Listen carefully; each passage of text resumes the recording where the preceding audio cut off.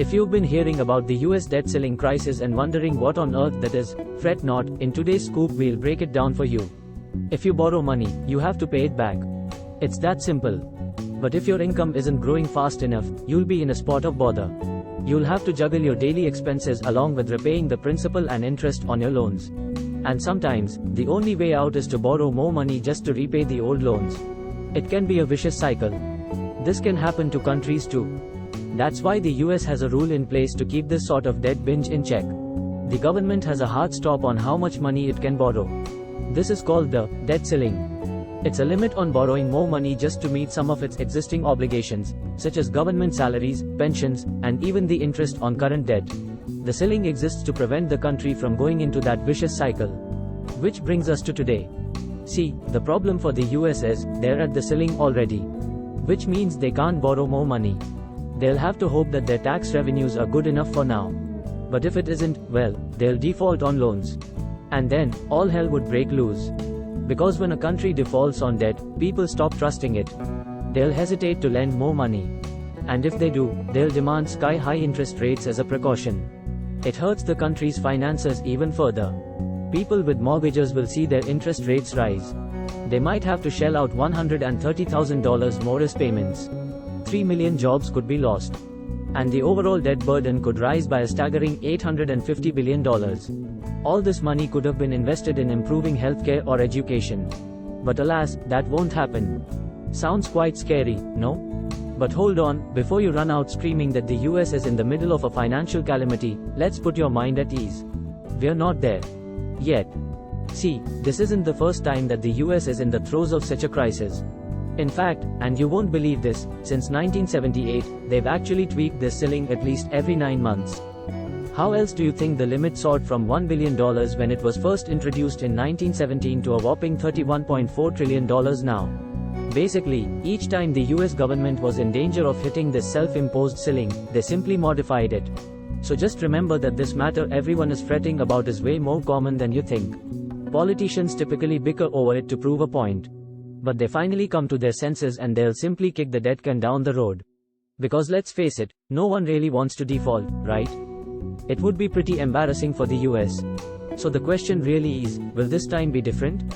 The dreaded question. We don't know. All we can say is that people seem to be a bit more worried than usual.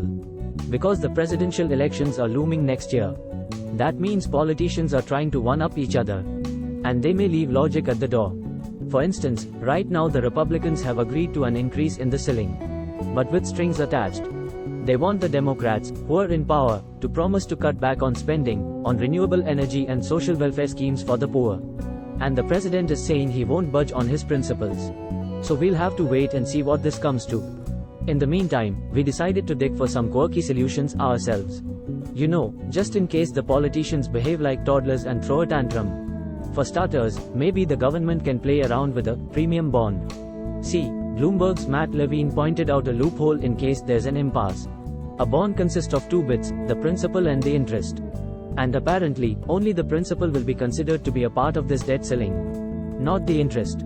So let's imagine that there is a debt ceiling of $100. Now the government can issue a $100 bond and promise to repay it within a year. It'll pay an interest of 5% too. But once it does this, it has already hit that ceiling. It can't borrow more. But say it wants to borrow $200 without breaching the $100 limit. What can it do? Well, maybe it can do something really crazy. It can issue a premium bond and say, look, we'll sell you a $100 bond. But we'll give you an interest of 110%. At the end of the year, we'll give you $210 back. So in effect, the face value of the bond is $100. Interest $110. That's the structure. But the government will only sell it to you for $200. So technically they haven't breached the limit because the debt ceiling only counts the face value of the bond and not the sum that investors pay to acquire the bond. And the government can laugh its way to the bank and use the additional $100 to repay existing debt.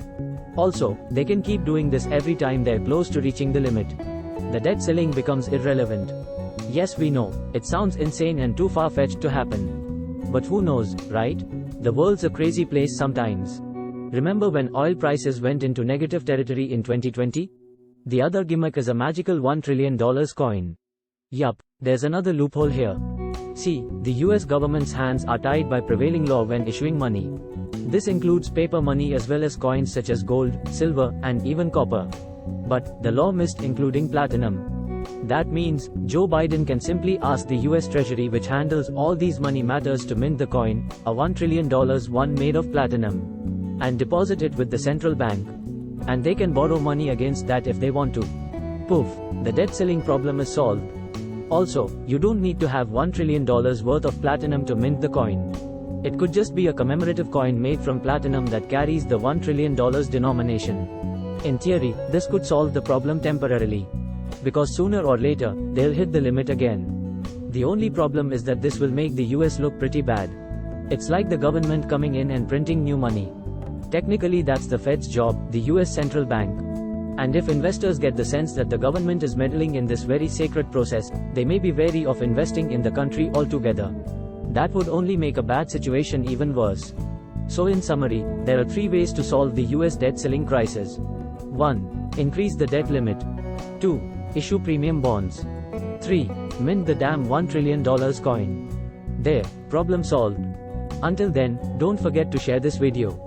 If you like the today's scoop, please like it, share it with your friends and subscribe the channel for latest top stories.